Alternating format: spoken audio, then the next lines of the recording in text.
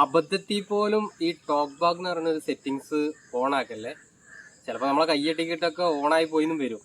അപ്പോൾ അത് എങ്ങനെ നോക്കിക്കഴിഞ്ഞാലും അത് ഓഫ് ചെയ്യാനുള്ള പറ്റുണ്ടാവില്ല, ഭയങ്കര ബുദ്ധിമുട്ടായിരിക്കും. അപ്പോൾ ഈ ടോക്ക് ബാഗ് എന്ന് പറയുന്ന സെറ്റിങ്സ് എങ്ങനെ ഓഫ് ആക്കാന്നുള്ള ഡീറ്റെയിൽസ് ആയിട്ട് ഞാൻ പറഞ്ഞുതരാം.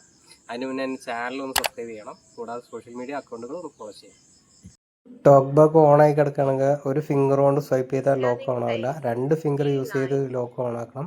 എന്നിട്ട് അതിൻ്റെ നമ്പർ എൻ്റർ ചെയ്ത് കൊടുക്കുക. ചില ഫോണിൽ നമ്പർ 2 പ്രാവശ്യം എൻ്റർ ചെയ്താലേ വരുള്ളൂ. ഓക്കെ, അതുപോലെ എൻ്റർ ചെയ്തതിന് ശേഷം അത് 2 വിരലും സ്വൈപ്പ് ചെയ്തതിന് മേലേക്ക് അതിൻ്റെ സെറ്റിങ്സ് എടുക്കുക.